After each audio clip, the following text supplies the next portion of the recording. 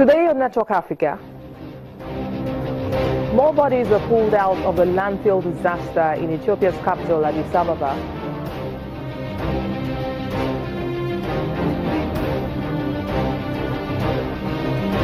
Nigeria's foreign minister meets with his South African counterpart over the xenophobic attacks in South Africa.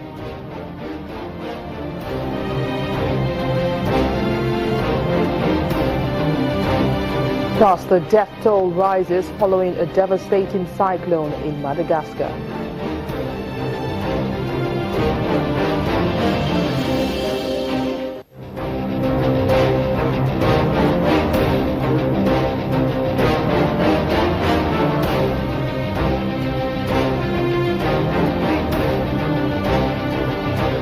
Hello everyone, welcome to the program. I am BC Adebayo. Let's start with a recap of stories from the weekend.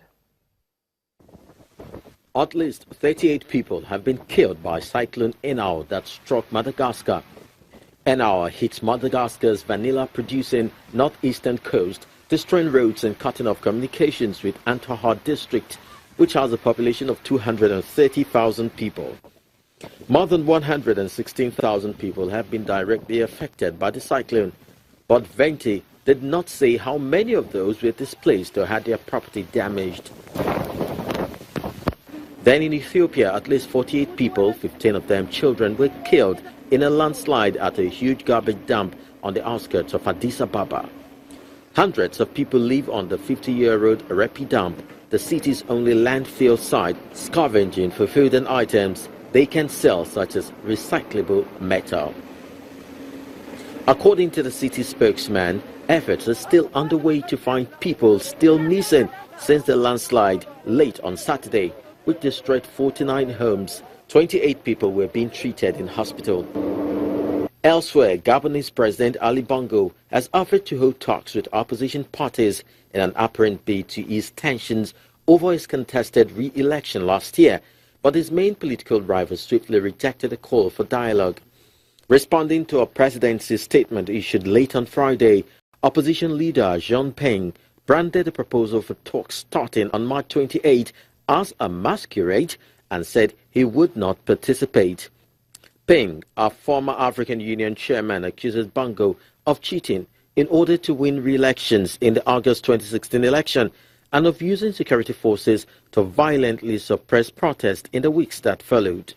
Gabon's constitutional court rejected his allegation of vote rigging, but international observers have also criticized the poll, and the European Parliament in February called the result extremely doubtful, though stopped short of imposing sanctions. President Muhammadu Buhari is back at work today, having been days away from office in the UK, where he's been receiving medical treatment. The president has signed a letter informing the National Assembly of his resumption of duty from today.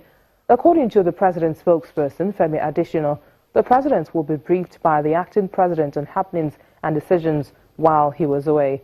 Our State House correspondent Chukwuma Onokwesi reports. From the residence to the office is a walking distance, and the president had to trek down that lane, perhaps to show all who care to know that he is indeed well and can resume duties.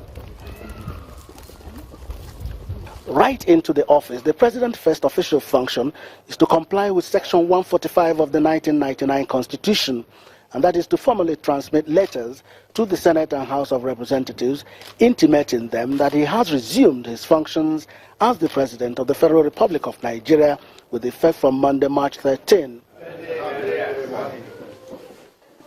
The Vice President, who has been in acting capacity, was in a closed-door meeting with him on his resumption of work. And State House correspondents tried to find out how the President is doing on this first day. He's doing very well. He's in his office. And we just had a meeting, a very long meeting, as you can see. Yeah, a very long meeting where basically trying to bring the President up to speed on some of what had been done while he was away. And he's given a few directives on what we should be doing in so many different areas. The Northeast, the budget, the economy, the wide range of issues. So the President, as you can see, is doing very well. He's up. Many Nigerians have been of the view that this time around, the Vice President may be performing most of the functions by way of delegation, since it appears that President Buhari reposes implicit confidence in him. And this is what he has to say. I think the president has always, as you know, he's always given me several responsibilities. But I think what we must recognize is that the way that this administration has worked has always been one of teamwork. You know, there's very little that is done without the president's clearance, without his. So generally speaking, even with responsibilities that are my constitutional responsibilities, we have full discussions on them.